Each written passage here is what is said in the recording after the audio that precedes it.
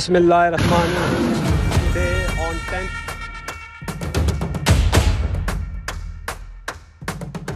উত্তেজনা যেন কমছেই না ভারত পাকিস্তান দ্বন্দ্বে।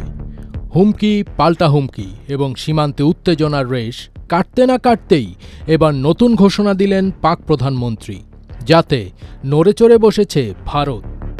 এবার ভারতকে উচিত শিক্ষা দিতে পাকিস্তান সেনায় যোগ হচ্ছে নতুন বাহিনী। ভারতের সঙ্গে সংঘর্ষের পর আর্মির রকেট ফোর্স তৈরি করছে ইসলামাবাদ। বুধবার রাতে এই ঘোষণা করেছেন পাকিস্তানের প্রধানমন্ত্রী শাহবাজ শরীফ। তিনি জানিয়েছেন, এই নতুন বাহিনী হবে উন্নত প্রযুক্তিতে সজ্জিত এবং পাক সেনার শক্তি বৃদ্ধিতে এই বাহিনী মাইলফলক হয়ে থেকে যাবে। কিন্তু রকেট ফোর্স কি কাজ করবে তা এখন স্পষ্ট করেননি শাহবাজ। মনে করা হচ্ছে চীনের অনুকরণে এই বাহিনীর পরিকল্পনা। চীনের পিপলস লিবারেশন আর্মির চতুর্থ শাখাটির নাম রকেট ফোর্স। মূলত চীনা বাহিনীর ব্যালিস্টিক, হাইপারসনিক এবং ক্রুজ ক্ষেপণাস্ত্রের যাবতীয় অস্ত্রভাণ্ডার নিয়ন্ত্রণ করে এই বাহিনী। পারমাণবিক অস্ত্রও তাদের নিয়ন্ত্রণে থাকে। পাকিস্তানের রকেট ফোর্সকেও এই দায়িত্ব দেওয়া হবে কিনা তা নিয়ে জল্পনা রয়েছে। এদিকে কদিন আগেই ভারতের বিরুদ্ধে পারমাণবিক যুদ্ধের হুমকি দিয়েছেন পাকিস্তানের সেনাপ্রধান অসীম মুনির।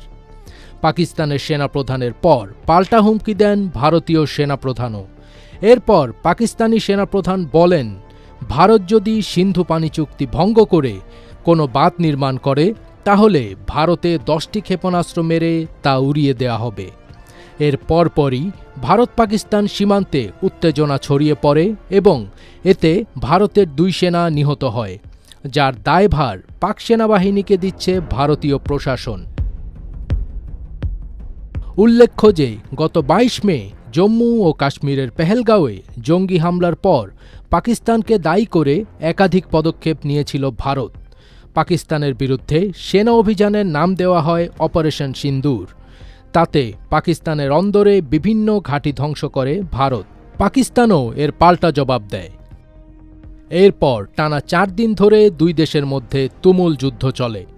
গত 10 মে সংঘর্ষ বিরতিতে সম্মত হয় ভারত এবং পাকিস্তান, তবে এখনও 2 দেশের দ্বিপাক্ষিক সম্পর্ক তলানিতে।